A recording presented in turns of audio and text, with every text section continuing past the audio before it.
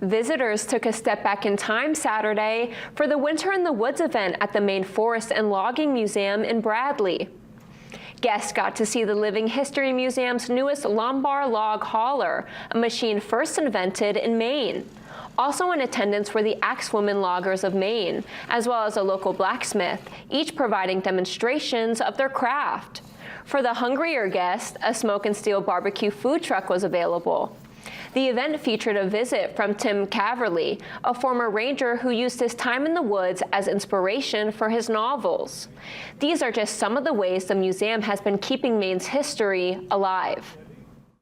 They didn't have pickups, they didn't have transportation in the deep woods, they walked wherever they went. They drove wood down the rivers to the mills in Old Town, in Skowhegan, those areas. It's significant history, one we can learn from, and the folks here at the museum have done a fantastic job making it come to life. Winter in the Woods was a one-day event, but the Maine Forest and Logging Museum has more events planned later this year. For more information, you can visit maineforestandloggingmuseum.org.